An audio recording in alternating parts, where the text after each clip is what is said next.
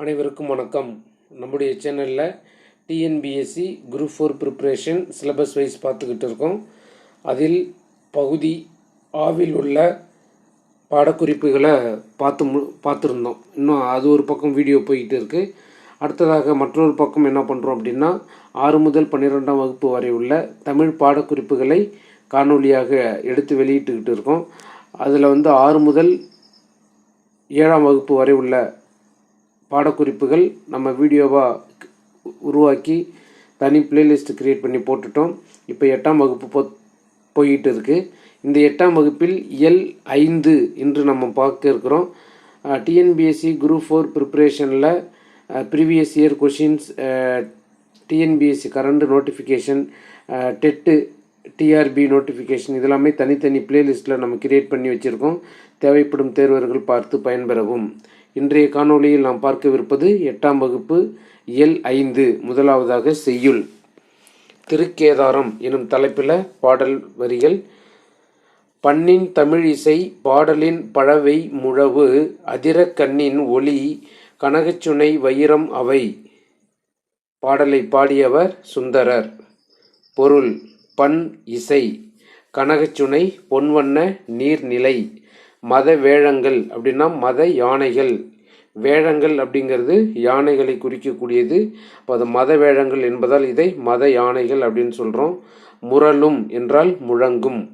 பழவை, வெய் என்றால் மூங்கில். அப்போ பழவை அப்படிங்கும்பொழுது முதிர்ந்த மூங்கில். ஆசிரியர் குறிப்பு: சுந்தரர்.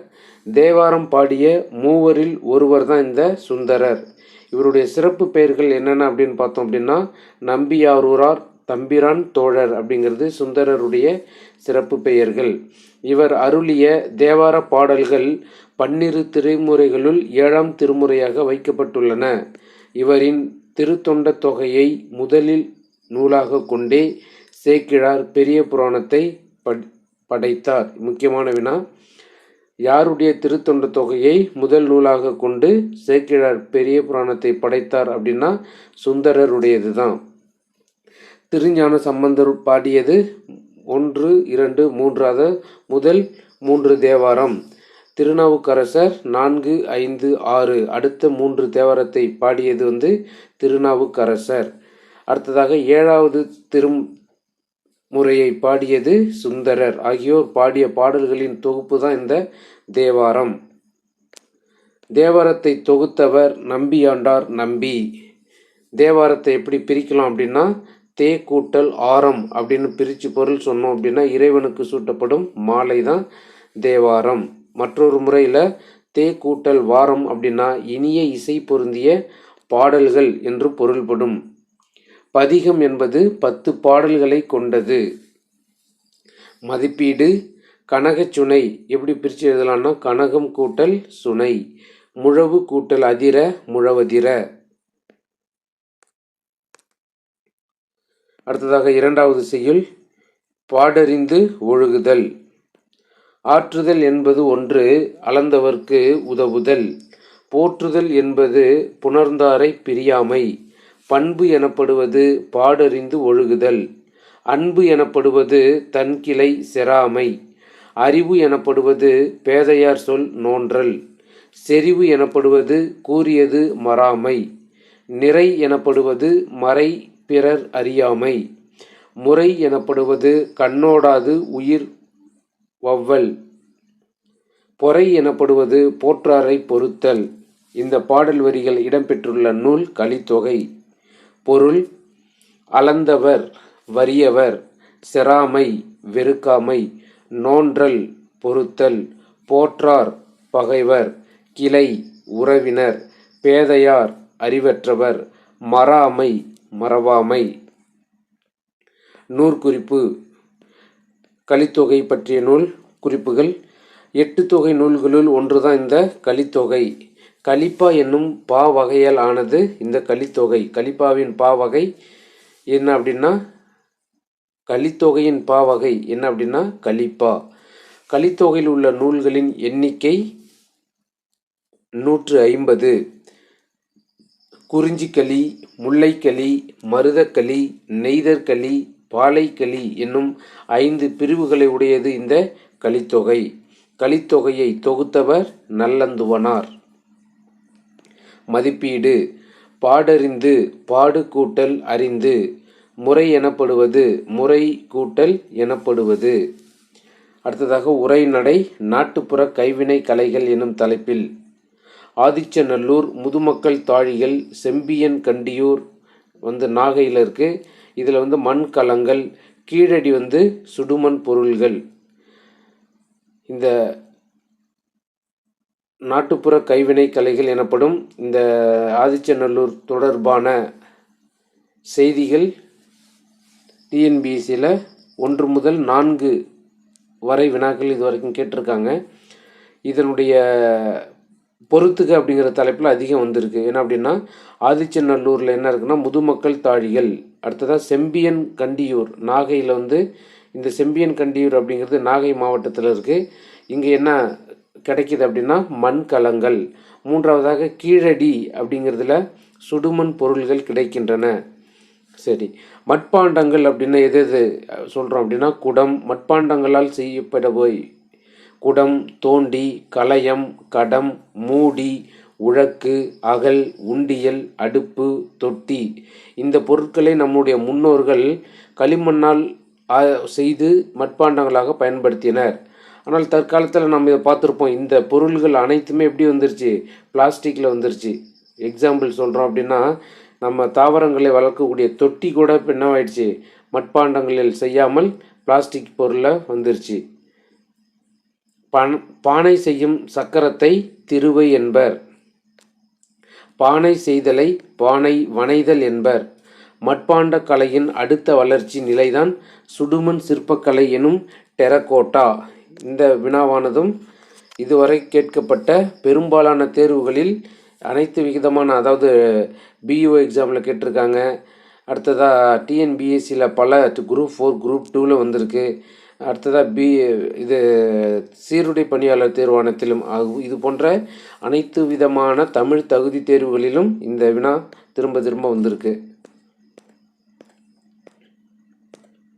அடுத்ததாக மூங்கிலின் வகைகள் என்ன அப்படின்னு பார்க்கணும்னா கல் மூங்கில், மலை மூங்கில், கூட்டு மூங்கில். இவற்றுள் கூட்டு மூங்கில்களே கைவினை பொருள்கள் செய்வதற்கு ஏற்றவை. கூம்போடு மீப்பாய் கலையாது எனும் பாடல் வரிகள் இடம்பெற்றுள்ள நூல் புறநானூறு. இந்த மூங்கில் பற்றிய கூறியிருக்கிறது தான் இந்த புறநானூறு. பாடல் வரி கூம்போடு மீப்பாய் கலையாது. பிரம்பு என்பது கொடி வகையை சேர்ந்த ஒரு தாவரம். இதன் தாவரவியல் பெயர் கலாமஸ் நொட்டாங். இது தமிழகத்தில் அருகிவிட்டது. நமது தேவைக்காக அஸ்ஸாம், அந்தமான், மலேசியாவிலிருந்து தருவிக்கப்படுகிறது. அதாவது நம்ம அங்கிருந்து தான் என்ன பண்ணுறோம்? இறக்குமதி செய்து பயன்படுத்தி கொண்டிருக்கிறோம் இன்று வரை. மதிப்பீடு. மட்டுமல்ல, மட்டும் கூட்டல் அல்ல. கயிற்று கட்டில், கயிறு கூட்டல் கட்டில். அடுத்ததாக விரிவானம். தமிழர் இசை கருவிகள் எனும் தலைப்பில் இசை கருவிகளை 2 வகையாக பிரிக்கிறாங்க. என்ன அப்படின்னா குரல் வழி இசை ஒன்று, கருவி வழி இசை ஒன்று. 2 வகையாக தான் இந்த நம்முடைய இசை கருவிகளை பிரிக்கிறோம். இந்த இசை கருவிகளை இணைத்து பாடல் பாடுவோர் பாணர் எனப்பட்டனர். பாணர் அப்படிங்கிறது பொருள் பெயர் வர காரணம் இசை கருவிகளை இணைத்து பாடல் பாடுவோர் பாணர். நல்லியாழ் மறுப்பின் மெல்ல வாங்கி பாணன் சூடான் பாடினி அணியாள் எனும் பாடல் வரி இடம்பெற்றுள்ள நூல் புறநானூறு. நல்லியாழ் மறுப்பின் மெல்ல வாங்கி பாணன் சூடான் பாடினி அணியாள் பாடல் வரி இடம்பெற்றுள்ள நூல் புறநானூறு. அடுத்ததாக இசை கருவிகளையே எப்படி எத்தனை வகையாக பிரிக்கிறோம் அப்படின்னா இசை கருவிகளை 4 வகையாக பிரிக்கிறோம். அது என்னென்ன? தோல் கருவி, நரம்பு கருவி, காற்று கருவி, கஞ்சக்கருவி அப்படின்னு பொதுவாக இசைக்கருவிகளை 4 வகையாக பிரிக்கின்றோம். இதில் தோல் கருவிகள் அப்படிங்கிறத பார்த்தோம் அப்படின்னா விலங்குகளின் தோலிலிருந்து தான் இந்த தோல் கருவிகள் உற்பத்தி செய்கிறாங்க. எடுத்துக்காட்டு பார்த்தோம் அப்படின்னா முழவு, முரசு, உடுக்கை, குடமுழா இது எல்லாமே தோல் கருவிகள். விலங்குகளின் தோலால் தயாரிக்கப்படும் கருவிகள் தோல் கருவிகள். எடுத்துக்காட்டு முழவு, முரசு, உடுக்கை, குடமுழா. அடுத்ததாக நரம்பு கருவிகள் அப்படின்னு பார்த்தோம் அப்படின்னா நரம்பு அல்லது தந்திகள். எடுத்துக்காட்டு பார்த்தோம்னா யாழ், வீணை, இது எல்லாமே நரம்பு வகை கருவிகளுக்கான எடுத்துக்காட்டு. காற்று கருவிகள் எடுத்துக்காட்டு குழல், சங்கு, இவை காற்று கருவிகளுக்கான எடுத்துக்காட்டு. அடுத்ததாக நான்காவதாக கஞ்சக்கருவிகள். ஒன்றோடு ஒன்று மோதி இசைப்பவை தான் இந்த கஞ்சக்கருவிகள். எடுத்துக்காட்டு சாலரா, சேகண்டி, இவை கஞ்சக்கருவிகளுக்கு எடுத்துக்காட்டு. பெரிய உடுக்கையை தவண்டை என்பர், சிறிய உடுக்கையை குடுகுடுப்பை என்பர். தில்லை நடராசரின் கைகளில் உடுக்கையை காணலாம். தண்டுக்கை தாளந்தக்கை சாரநடம் பயில்வார் என்ற பாடல் வரிகள் எழுதியது சம்பந்தர் தேவாரத்தில் உள்ளது. அடுத்ததாக குடமுழா எனும் கருவியை பற்றி பார்க்குறோம். இது ஒரு தோல் கருவி வகையை சார்ந்தது. 5 முகங்களை உடைய முரசு வகையை சார்ந்தது. பெரிய குடத்தின் வடிவில் 5 வட்ட வடிவ வாய்களுடன் அமைந்திருக்கும். ஒவ்வொரு வாயிலிருந்தும் ஒரு தனி வகையான இசை பிறப்பதால் இதனை பஞ்சமகா சப்தம் என்பர். அடுத்ததாக குழல் எனப்படும் குழல் அப்படிங்கிற கருவியை பார்க்குறோம். இது ஒரு காற்று கருவி. இதனை வேய்ங்குழல் அல்லது புல்லாங்குழல் என்பர். 7 சுரங்களை உண்டாக்க 7 துளைகள் இதில் இருக்கும். மூங்கில் மட்டுமின்றி சந்தனம், செங்காலி, கருங்காலி ஆகியவற்றால் இது செய்யப்படுகின்றன. கொன்றைக்குழல், முல்லைக்குழல், ஆம்பல் குழல் என பல வகையான குழல்கள் இருந்ததாக சிலப்பதிகாரம் கூறுகிறது. என்னென்ன குழல்களின் வகைகள் பார்த்தோம் அப்படின்னா கொன்றைக்குழல், முல்லைக்குழல், ஆம்பல் குழல் என பல வகையில் இருந்திருக்கு. இந்த செய்தி நமக்கு எதிலிருந்து கிடைக்கிது அப்படின்னா சிலப்பதிகாரத்திலிருந்து அறிந்து கொள்கிறோம். அடுத்ததாக கொம்பு கருவி. இது ஒரு காற்று கருவிக்கு வகையை சார்ந்தது. காற்று கருவியின் வகையை சார்ந்தது தான் இந்த கொம்பு கருவி. ஆரம்பத்தில் மாடுகளின் கொம்புகளை இந்த கருவிக்காக பயன்படுத்தினோம். இக்காலத்தில் பித்தளை அல்லது வெண்கலத்தால் செய்யப்படுகின்றன. இந்த காலத்தில் மாடுகளின் கொம்பு அதிகமாக கிடைக்கல அப்படிங்கிற காரணத்துக்காக என்ன பண்ணுறாங்க அப்படின்னா பித்தளை அல்லது வெண்கலத்தால் செய்யப்படுகின்றன. இக்காலத்தில் பயன்படுத்தப்படுபவை ஊதுகொம்பு, எக்காலம், சிங்கநாதம், துத்தரி, இவை எல்லாமே கொம்பு கருவிக்கான எடுத்துக்காட்டுகள். எந்த வகையில் பயன்படுத்துகிறாங்க அப்படின்னா அந்த பொருள் பேர், கருவியின் பெயர் ஊதுகொம்பு, எக்காலம், சிங்கநாதம், துத்தரி. அடுத்ததாக சங்கு அப்படிங்கிற இசைக்கருவியை தான் பார்க்க போகிறோம். இந்த சங்கு ஆனது ஒரு காற்று கருவியின் வகையை சார்ந்தது. இது ஒரு இயற்கை கருவி. இதை நம்ம எடுத்ததுமே நம்ம என்ன பண்ணலாம், பயன்படுத்தலாம். அதனால் இது ஒரு இயற்கை கருவிக்கு எடுத்துக்காட்டு. வளமாக சுழிந்து இருக்கும் சங்கை வலம்புரி சங்கு என்பர். சங்கின் ஒலியை சங்கநாதம் என்பர். இலக்கியங்களில் இதனை பணிலம் என்றும் குறிப்பிட்டுள்ளனர். சங்கின் ஒலியை சங்கநாதம் அப்படின்னு சொல்கிறாங்க. இலக்கியங்களில் இதனை பணிலம் அப்படின்னு சொல்கிறாங்க. சங்கொடு சக்கரம் ஏந்தும் தடக்கையன் பங்கைய கண்ணானை பாடலோர் எம்பாவாய் எனும் பாடல் வரிகள் இடம்பெற்றுள்ள நூல் திருப்பாவை.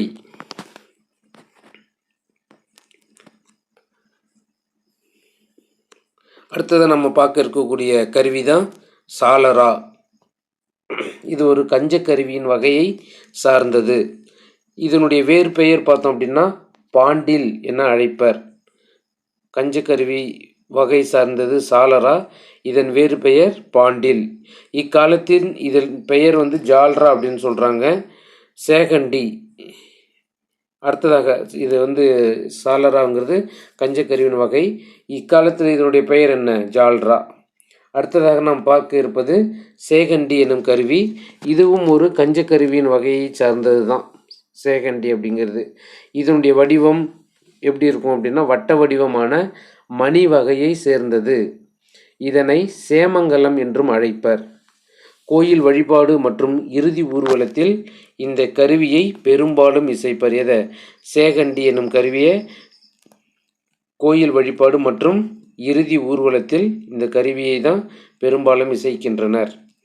அடுத்ததாக பார்க்க இருக்கக்கூடிய கருவி இசைக்கருவி திமிலை. இது தோல் கருவியின் வகையை சார்ந்தது. பலா மரத்தினால் ஆனது. மணல் கடிகாரம் வடிவத்தில் இருக்கும். இதனை பாணி என்றும் அழைப்பர். சங்கொடு தாரை காலம் தழங்கொலி முழங்கு பேரி வங்குரல் பம்பை கண்டை வேன்துடி திமிலை தட்டி அப்படிங்கிற பாடல் வரிகள் இடம்பெற்றுள்ள நூல் பெரிய புராணம். அடுத்ததாக பார்க்க இருக்கும் கருவி பறை. இந்த பறையானது தோல் வகை இசைக்கருவியை சார்ந்தது. பகைவர்களின் ஆண் இரையை கவர செல்லும்போது ஆகோட்பறையை முழக்குவர். இக்காலத்தில் இதனை தப்பு என்பர். பறையின் தற்பொழுதைய பெயர், தற்காலத்தின் பெயர் தப்பு. அடுத்ததாக மத்தளம். இந்த மத்தளமானது தோல் கருவியின் வகையை சார்ந்தது. மத்து என்பது ஓசையின் பெயர். இசைக்கருவிகளுக்கு எல்லாம் தளம் அடிப்படையாகும். அதனால் மத்து கூட்டல் தளம் மத்தளம். இந்த பொருளை சொன்னது யார் அப்படின்னா அடியார்க்கு நல்லார். அதாவது இசைக்கருவிகளுக்கு எல்லாம் தளம் அடிப்படையாகும். மத்து கூட்டல் தளம் மத்தளம். இந்த கருத்தை கூறியது அடியார்க்கு நல்லார். இக்கருவி 2 கைகளால் இசைக்கப்படுவதால் இதனை முதற் கருவி என்பர். இசைக்கருவிகளில் முதற் கருவி என அழைக்கப்படும் கருவி எது? இந்த மத்தளம். மத்தளம் கொட்ட வரிசங்கம் நின்றுத முத்துடை தாமம் நிறைத்தாழ்ந்த பந்தர் கீழ் என்று பாடல் வரிகள் உள்ள நூல் திருமொழி, நாச்சியார் திருமொழி. அடுத்ததாக முரசு எனும் இசைக்கருவி. இந்த முரசு என்பது தோல் வகை கருவியை சார்ந்தது. கருவழர்கள் போர் துணையாக கொண்ட கருவிகளுள் முதன்மையானது. வகை படைமுரசு, கொடைமுரசு, மணமுரசு என முரசு 3 வகையாக பிரிக்கலாம். தமிழகத்தில் 36 வகையான முரசுகள் இருந்ததாக சிலப்பதிகாரம் கூறுகிறது. மாக்கன் முரசம் என்று மதுரை காஞ்சி கூறுகிறது. சிறப்பின் அதாவது முரசின் சிறப்பை கூறும் நூல் எது அப்படின்னா இந்த மதுரை காஞ்சி. எவ்வாறு கூறுது? மாக்கன் முரசம் என்று கூறும் நூல் தான் இந்த மதுரை காஞ்சி. அடுத்ததாக முழவு எனும் இசைக்கருவி. இது தோல் வகையை சார்ந்தது. ஒரே முகத்தை உடைய முரசு வகையை சேர்ந்தது. மன்னமை முழவு என்று பொருணராற்றுப்படை கூறுகிறது. முழவு எனும் இசைக்கருவியை மன்னமை முழவு என்று கூறும் நூல் பொருணராற்றுப்படை. காலத்தை அறிவிக்க நாழிகை முழவு, காலை முழவு ஆகியவை பயன்படுத்தப்பட்டன.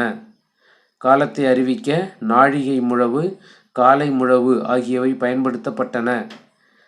கலை உண கிழிந்த முழவு மருள் பெரும்பழம் எனும் கூறும் நூல் புறநானூறு. அடுத்ததாக பார்க்கவிருப்பது யாழ் எனும் இசைக்கருவி.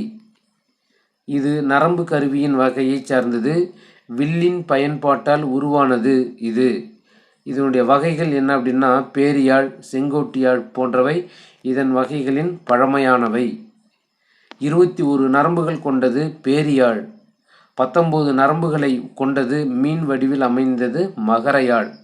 14 நரம்புகளை கொண்டது சகோடையாழ். இது 3மே முக்கியமானது. இதுவும் வினாவுக்கு அதிகமான வினாவில் கேட்கப்பட்டது. பேரியாழ் 21, மீன் வடிவில் அமைந்த மகரயாழ் 19, சகோடையாழ் 14 நரம்புகளை கொண்டது. யாழின் வடிவம் மாற்றமடைந்து பிற்காலத்தில் வீணை உருவானது. அந்த காலத்தில் பெரும்பாலும் யாழ் அப்படின்னு என்னும் இசைக்கருவி தான் பயன்படுத்தினாங்க. அது தற்காலத்தில் கொஞ்சம் மாற்றம் செய்து வீணை என அழைக்கிறாங்க. அப்போ யாழின் வடிவம் தான் இந்த வீணை. இந்த வீணையானது நரம்பு கருவி வகையை சார்ந்தது. யாழ் போன்ற அமைப்புடைய 7 நரம்புகளை கொண்டது. இங்கே நம்ம பார்க்கும்போது யாழில் 21 பேரியாழ், 19 நரம்புகளை கொண்டது மகரயாழ், 14 நரம்புகளை கொண்டது சகோடையாழ். ஆனால் இந்த வீணையில் உள்ள நரம்புகளின் எண்ணிக்கை 7. பரிவாதினி என்னும் வீணை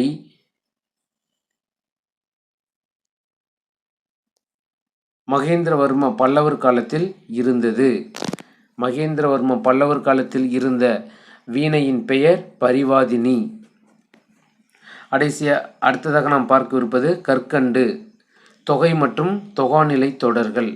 தொகை அப்படி முதல்ல பார்க்குறோம். அடுத்தது தொகாநிலையை பற்றி பார்க்க இருக்கிறோம். முதலில் தொகாநிலை தொடர் மொத்தம் 6 வகைப்படும். அது என்னென்ன? இரு சொற்களுக்கு இடையில் வேற்றுமை உருபுகளோ வினை பண்பு முதலியவற்றின் உருபுகளோ தொக்கி மறைந்து, தொக்கி என்றால் மறைந்து, தொக்கி வருமானால் இவை தொகைநிலை தொடர் எனப்படும். இந்த தொகைநிலை தொடர் மொத்தம் எத்தனை வகைப்படும்னா 6 வகைப்படும். அவை வேற்றுமை தொகை, வினைத்தொகை, பண்புத்தொகை, உவமைத்தொகை, உம்மைத்தொகை, அன்மொழித்தொகை எனும் 6 தொகைகளை கொண்டது. இவை தான் என்னன்னு சொல்கிறோம்? தொகைநிலை தொடர். தொகைநிலை தொடருக்கான வரையறை: இரு சொற்களுக்கு இடையில் வேற்றுமை உருபுகளோ வினை பண்பு முதலியவற்றின் உருபுகளோ மறைந்து வருமானால் இதனை தான் தொகைநிலை தொடர் என்பர். அதன் வகைகள் 6. அவை வேற்றுமை தொகை, வினைத்தொகை, பண்புத்தொகை, உவமைத்தொகை, உம்மைத்தொகை, அன்மொழித்தொகை என்பவை தொகைநிலை தொடரின் 6 வகைகள். முதலாவதாக வேற்றுமை தொகை. இரு சொற்களுக்கு இடையில் வேற்றுமை உருபுகள் மொத்தம் 8 வேற்றுமை இருக்குது. அதை நம்ம கடந்த காணொளியில் பார்த்துருந்துருப்போம். மொத்தம் 8 வேற்றுமை தொகை. வேற்றுமை இரு சொற்களுக்கு இடையில் வேற்றுமை உருபுகள். அந்த வேற்றுமை தொகையில் உள்ள உருபுகள் என்னென்ன அப்படின்னா, முதல் வேற்றுமைக்கும் 8வது வேற்றுமைக்கும் உருபு இல்லை அப்படின்னு சொல்லியிருப்போம். அப்போ மீதம் இருப்பது 8ல் 6க்கு இருக்கும். அந்த 6 தான் 2வது வேற்றுமையிலிருந்து அதன் உருபுகள். ஐ, ஆல், கு, இன், அது, கண் என்பது வேற்றுமை உருபுகள். இந்த உருபுகளுக்கு இடையில் எப்படி வரும்? பொருள் மறைந்து வந்து பொருள் தருவது தான் இந்த வேற்றுமை தொகை. எடுத்துக்காட்டு பார்க்குறோம் அப்படின்னா, திருவாசகம் படித்தான்.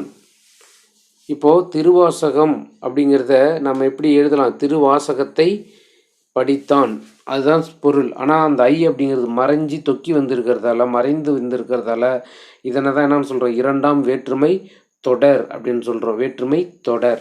இதே வேற்றுமை விரி அப்படின்னு சொல்லுவோம். அது அடுத்தடுத்த வகுப்பில் பார்க்கலாம். திருவாசகம் படித்தான் என்பது ஐ மறைந்து வந்துள்ளது. ஐயை சேர்த்து எழுதணும் அப்படின்னா திருவாசகத்தை படித்தான். இதுதான் 2ஆம் வேற்றுமை தொகை. அடுத்ததாக தலை வணங்கு அப்படின்னா தலையால் வணங்கு அப்படிங்கிறது தான் பொருள். தலையால், தலை என்பது ஒரு உறுப்பு. அப்போ அந்த உறுப்பால் தலையால் வணங்கு அப்படின்னு சொல்கிறது 3ஆம் வேற்றுமை தொகை.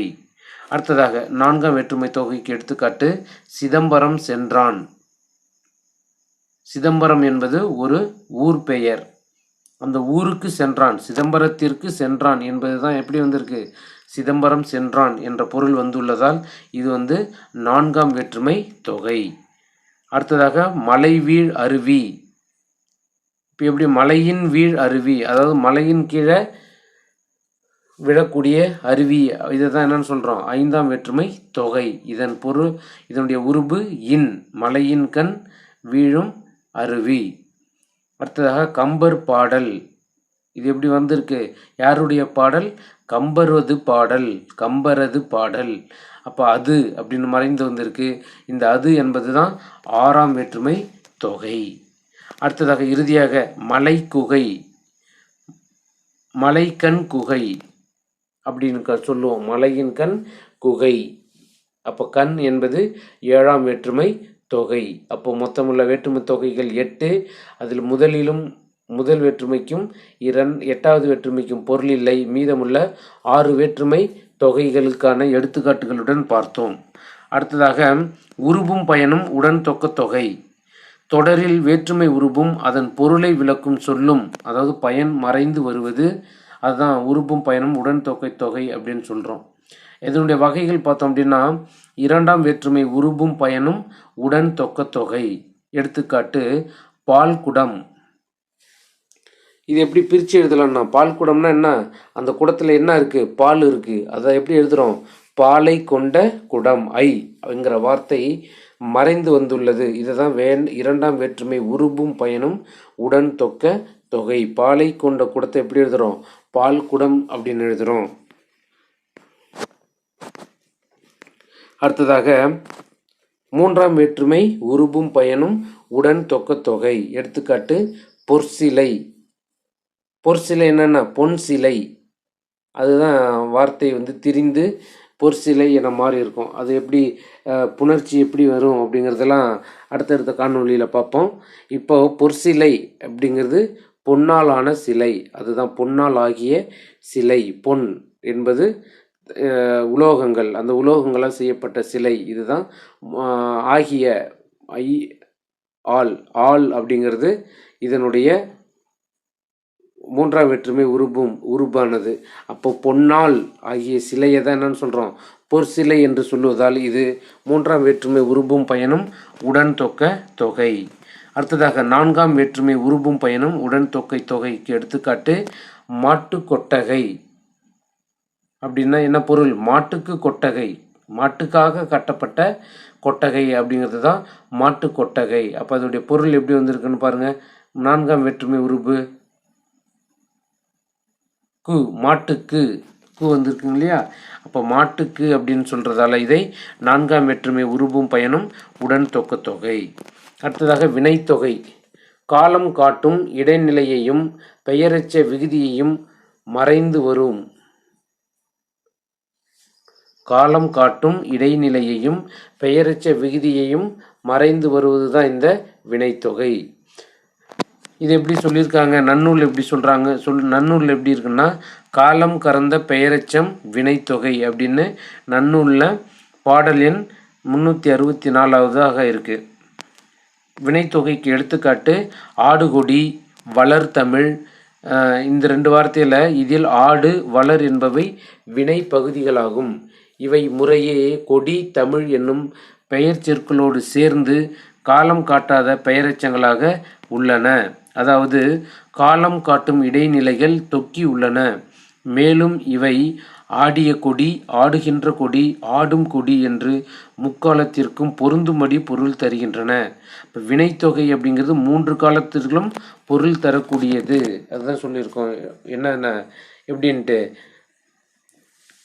ஆடிய கொடி, ஆடுகின்ற கொடி, ஆடும் கொடி என்பது 3 காலத்தையும் உணர்த்தி கூறப்பட்ட ஒரு வினைத்தொகைக்கான எடுத்துக்காட்டு. அடுத்ததாக வினை பகுதியும் அடுத்து பெயர் சொல்லும் அமைந்த சொற்றொடர்களிலேயே இவை அமையும். இது எப்படி இருக்கும்? வினை பகுதியும் அடுத்து பெயர் சொல்லும் அமைந்த சொற்றொடர்களிலேயே இவை அமையும். அடுத்ததாக பார்க்க இருப்பது பண்பு தொகை. நிறம், வடிவம், சுவை, அளவு முதலானவற்றை உணர்த்தும் பண்பு பெயருக்கும் அது தழுவி நிற்கும் பெயர் சொல்லுக்கும் இடையில் மை என்னும் பண்பு விகுதியும் ஆகிய ஆன என்னும் பண்பு உருபுகளும் மறைந்து வருவதுதான் இந்த பண்பு தொகை. எடுத்துக்காட்டு வெண்ணிலவு, கருங்குவளை.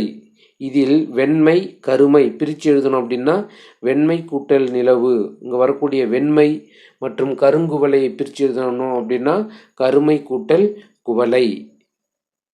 அப்போ இதில் வெண்மை, கருமை என்னும் பண்புகள் நிலவு, குவளை என்னும் பெயர் சொற்களை தழுவி நிற்கின்றன. ஆன, ஆகிய என்னும் பண்புருபுகள் மறைந்து வெண்மையான நிலவு, கருமையாகிய குவளை என்றும் பொருளை தருகின்றன. இதுதான் என்னன்னு சொல்கிறோம்? பண்பு தொகை. அடுத்ததாக இரு பெயரொட்டு பண்பு தொகை. சிறப்பு பெயர் முன்னும் பொது பெயர் பின்னும் நிற்க இடையில் ஆகிய என்னும் பண்புருபு மறைந்து வருவது தான் இந்த இரு பெயரொட்டு பண்பு தொகை. எடுத்துக்காட்டு பார்த்தோம் அப்படின்னா பனை மரம் என்பது என்ன பொருள்? பனையாகிய மரம் என விரியும். மரம் என்பது பொது பெயர், பனை என்பது மரங்களில் ஒன்றினை குறிக்கும் சிறப்பு பெயர். அடுத்ததாக உவமை தொகை. உவமைக்கும் உவமேயத்திற்கும் இடையில் போல, போன்ற, நிகர, அன்ன முதலிய உவம உருபுகளுள் ஒன்று மறைந்து வருவது. எடுத்துக்காட்டு மலர் விழி. அப்படின்னா என்ன? மலர் போன்ற விழி. இதுதான் உவமை தொகை. அடுத்ததாக உம்மை தொகை. சொற்களுக்கு இடையிலும் இறுதியிலும் என்னும் இடைச்சொல் மறைந்து நின்று பொருள் தருவது இந்த உம்மை தொகை. இது எண்ணல், எடுத்தல், முகத்தல், நீட்டல் என்னும் 4 அளவு பெயர்களை தொடர்ந்து வருவது தான் இந்த உம்மைத் தொகை. எடுத்துக்காட்டு இரவு பகல். இது எப்படி எழுதணும்? இரவும் பகலும் அப்படின்னு பொருள் தரும். அடுத்ததாக எண்ணும்மை. ஒன்றுக்கு மேற்பட்ட சொற்களில் என்னும் உருபு வெளிப்படையாக வருவது இந்த எண்ணும்மை. எடுத்துக்காட்டு இரவும் பகலும். ஒன்றுக்கு மேற்பட்ட சொற்களில் என்னும் உருபு வெளிப்படையாக வருவது. மறைந்து வந்தால் அது முன்னாடி இருக்கக்கூடிய உம்மைத் தொகை. ஆனால் எப்படி இருக்கணும்? வெளிப்படையாகவே வந்துச்சு அப்படின்னா அது எண்ணும்மை. அடுத்ததாக அன்மொழி தொகை. வேற்றுமை, வினை, பண்பு, உவமை, உம்மை ஆகிய தொகைநிலை தொடர்களுள் அவை அல்லாத வேறு பிற சொற்களும் மறைந்து வருவது அன்மொழி தொகை. அன்மொழி தொகை எப்படி பிரித்து எழுதலாம்னா அல் கூட்டல் மொழி கூட்டல் தொகை என பிரித்து எழுத முடியும். அன்மொழி தொகைக்கான எடுத்துக்காட்டு பார்த்தோம் அப்படின்னா பொற்றொடி வந்தால். தொடி என்றால் வளையல் என பொருள்படும். பொற்றொடி வந்தால் அப்படின்னா இங்கு தொடி என்பது வளையல். சிவப்பு சட்டை பேசினார். முறுக்கு மீசை வந்தார். இத்தொடரில் பொற்றொடி என்பது பொன்னாலான வளையல் என பொருள் தரும். இத்தொடர் வந்தால் என்னும் வினைச்சொல்லை தழுவி நிற்பதால் பொன்னாலாகிய வளையலை அணிந்து பெண் வந்தாள் என்று பொருள் தருகிறது. இதில் ஆள் என்னும் 3ஆம் வேற்றுமை உருபும் ஆகிய என்னும் அதன் பயனும் மறைந்து வந்து வந்தாள் என்னும் சொல்லால் பெண் என்பதையும் குறிப்பதால் இது 3ஆம் வேற்றுமை புறத்து பிறந்த அன்மொழி தொகை எனப்படும்.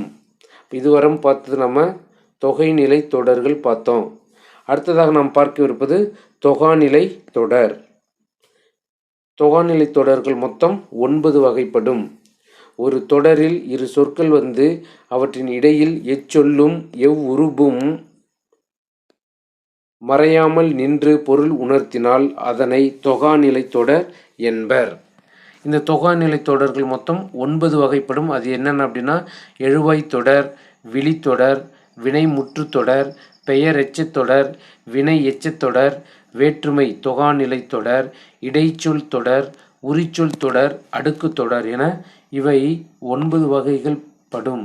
எந்த இது அப்படின்னா இந்த தொகாநிலை தொடர். அடுத்ததாக முதலாவதாக எழுவாய் தொடர் அப்படின்னா என்ன அப்படின்னா எழுவாயுடன் பெயர், வினை, வினா ஆகிய பயனிலைகள் தொடர்வது எழுவாய் தொடர் ஆகும். இனியன் கவிஞர். இது என்னது? பெயர். காவிரி பாய்ந்தது வினை. பேருந்து வருமா? வினா. மேற்கண்ட மூன்று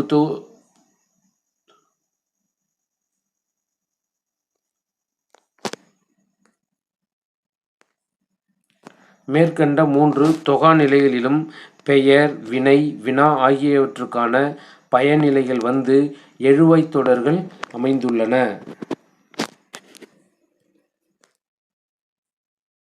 எடுத்துக்காட்டு மல்லிகை மலர்ந்தது. இதில் மல்லிகை என்னும் எழுவாயை தொடர்ந்து மலர்ந்தது என்னும் பயனிலை அமைந்து இடையில் எச்சொல்லும் மறையாமல் வந்துள்ளதால் இது எழுவாய் தொடர் எனப்படும். இரண்டாவதாக விழித்தொடர். எடுத்துக்காட்டு நண்பா படி. மூன்றாவதாக வினைமுற்று தொடர். எடுத்துக்காட்டு சென்றனர் வீரர். பெயர் எச்சத் தொடர் வரைந்த ஓவியம். வினை எச்சத் தொடர் தேடி பார்த்தான். இது எல்லாமே இந்த தொடரில் வரக்கூடியது. எழுவாய் தொடரில், அதாவது வேற்றுமை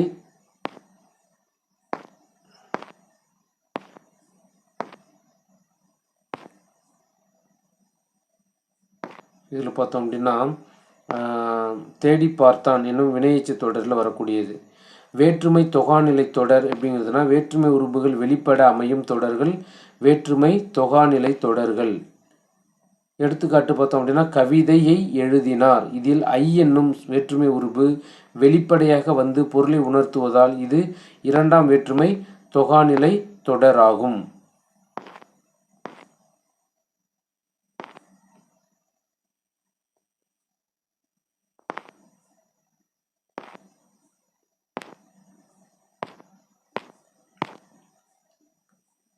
அடுத்ததாக அன்பால் கட்டினார். இதில் ஆள் என்பது மூன்றாம் வேற்றுமை தொகாநிலை தொடராகும். அடுத்ததாக இடைச்சொல் தொடர். இடைச்சொல்லுடன் பெயரோ வினையோ தொடர்வது இடைச்சொல் தொடர். எடுத்துக்காட்டு மற்று பிற. பிரித்து எழுதணும்னா மற்று கூட்டல் பிற. இதில் மற்று என்னும் இடைச்சொல் வெளிப்படையாக வந்துள்ளது. இதுதான் இடைச்சொல் தொடர். அடுத்ததாக உரிச்சொல் தொடர். உரிச்சொல்லுடன் பெயரோ வினையோ தொடர்வது உரிச்சொல் தொடர். எடுத்துக்காட்டு சாலவும் நன்று அப்படின்னா என்ன? மிகவும் நன்று என பொருள் தான் இந்த சாலவும் நன்று என்பது. அடுத்ததாக அடுக்கு தொடர். ஒரு சொல் 2-3 முறை அடுக்கி தொடர்வது அடுக்கு தொடர். எடுத்துக்காட்டு நன்று நன்று. ஆயர்கள் யாருன்னா இந்த முல்லை நில மக்கள் குழல் ஊதுவதில் வல்லவர்கள் என திருஞான சம்பந்தர் திருப்பதிகத்தில் கூறுகிறார். அடுத்ததாக கூட்டுநிலை பெயரெச்சங்கள். ஒன்றிற்கு மேற்பட்ட வினையெச்சங்களை கொண்டு முடியும். வேண்டிய, கூடிய, தக்க, வல்ல முதலான பெயரெச்சங்களை செய என்னும் வாய்ப்பாட்டு வினையெச்சத்துடன் சேர்ப்பதன் மூலம் இவை உருவாகின்றன. எடுத்துக்காட்டு கேட்க வேண்டிய பாடல், சொல்லத்தக்க செய்தி. அடுத்ததாக இணை சொற்கள். தொடர்களில் சில சொற்கள் இணையாக இடம்பெற்று பொருளுக்கு வலுவூட்டுவதை இணை சொற்கள் என்கிறோம். இதன் வகைகள் பார்த்தோம் அப்படின்னா நேரிணை, எதிரிணை, செரியிணை அப்படின்னு இணை சொற்கள் 3 வகைப்படும். என்னென்ன அப்படின்னா நேரிணை, எதிரிணை, செரியிணை. நேரிணைக்கு எடுத்துக்காட்டு சீரும் சிறப்பும், பேரும் புகழும். அதாவது அந்த சீர் சிறப்பு இப்போ ஒரே மாதிரியான வார்த்தைகள் இருக்கும். இது நேரிணை. எதிரிணை அப்படின்னா ஒரு வார்த்தைக்கான எதிர்பர்தம் என்ன அப்படின்னா இரவு பகல், உயர்வு தாழ்வு என்பது எதிரிணை.